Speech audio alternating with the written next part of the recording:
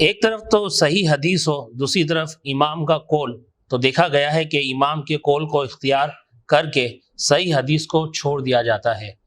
جیسے صحیح حدیث ہے کہ جس نے سورہ فاتحہ نہ پڑھی اس کی نماز درست نہیں، لیکن ہم نے سنا ہے کہ مقتدی امام کے پیچھے سورہ فاتحہ نہیں پڑھ سکتا، کیونکہ یہی امام اعظم ابو حنیفہ کا قول ہے۔ کیا کہیں گے حضور؟ لیکن اس میں پہلے تو مسئلہ یہ ہے کہ یہ جو اعتراض کیا جاتا ہے کہ ایک طرف صحیح حدیث ہوتی ہے، ایک طرف امام کا قول ہوتا ہے، یہ جو اعتراض ہے نا، یہ کم علمی کی بنیاد پر ہے۔ ایسا نہیں کہ ہم صحیح حدیث کے مقابلے میں امام اعظم کے قول کو ترجیح دے دیں، اور یہاں پہ اگرچہ کسی کتاب میں لکھا ہو کہ یہی امام اعظم کا قول ہے، لیکن وہ قول اپنی طرف سے امام اعظم نے بیان نہیں کیا۔ جب تک ہم امام اعظم یا کسی اور مجتہد، جیسے امام شافعی پر بھی اعتراض ہو سکتا ہے کسی مسئلے کے اندر، امام مالک پر بھی ہو سکتا ہے، امام احمد بن حنبل پر بھی ہو سکتا ہے، یہ چاروں ائمہ جب تک ان کے انداز استدلال کو ہم نہیں سمجھیں گے، ان کے طریقہ استدلال کو ہم نہیں سمجھیں گے، ان پر اعتراض ہوگا۔ یہاں پہ جو مسئلہ ہے جیسا آپ نے ذکر کیا، میں اسی کو ہی آگے لے کر چلتا ہوں کہ یہ کہتے ہیں کہ بھئی صحیح حدیث کے اندر ہے کہ لا صلاۃ الا بفاتحۃ الکتاب، کہ فاتحہ سورہ فاتحہ کے بغیر کوئی نماز ہی نہیں ہے، یعنی ہر ایک پر سورہ فاتحہ پڑھنا لازم ہے۔ اب یہاں پہ مسئلہ یہ ہے کہ امام اعظم ابو حنیفہ نے دیکھا کہ ایک طرف حدیث ہے اور ایک طرف قرآن کی آیت ہے۔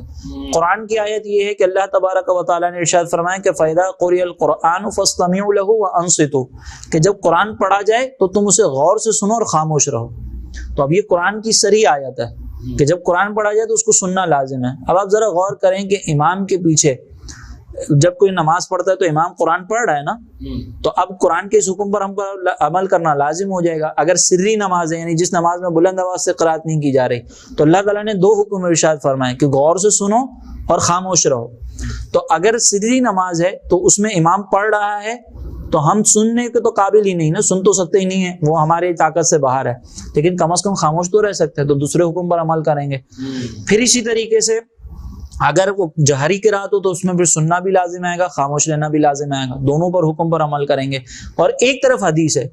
پھر امام اعظم کا انداز استدلال یہ کہ امام اعظم دیکھتے ہیں کہ اس حدیث کا درجہ کیا ہے، خبر واحد ہے، خبر مشہور ہے، خبر متواتر ہے۔ اگر خبر واحد ہوتی ہے، یہ حدیث کے مختلف درجات ہوتے ہیں، خبر واحد کا ایک درجہ ہوتا ہے وہ مستند بھی ہوتی ہے، لیکن پھر بھی اس کا درجہ تھوڑا کم ہوتا ہے۔ خبر مشہور جو ہوتی ہے وہ خبر واحد سے زیادہ مستند ہوتی ہے، خبر متواتر خبر مشہور سے بھی زیادہ مستند ہوتی ہے۔ تو اب یہاں پر امام اعظم فرماتے ہیں کہ اگر کوئی خبر واحد آ جاتی ہے ہمارے سامنے تو ہم اس کی وجہ سے قرآن کے مفہوم کو نہیں بدلیں گے، ہاں قرآن کی وجہ سے اس خبر واحد کے اندر تعویل کریں گے۔ تو اس میں امام اعظم فرماتے ہیں کہ یہ حدیث اس وقت کے لیے ہے کہ جب امام نماز پڑھا رہا ہو تو امام پر لازم ہے، اور جب کوئی تنہا نماز پڑھ رہا ہو تو اس پر سورہ فاتحہ پڑھنا لازم ہے۔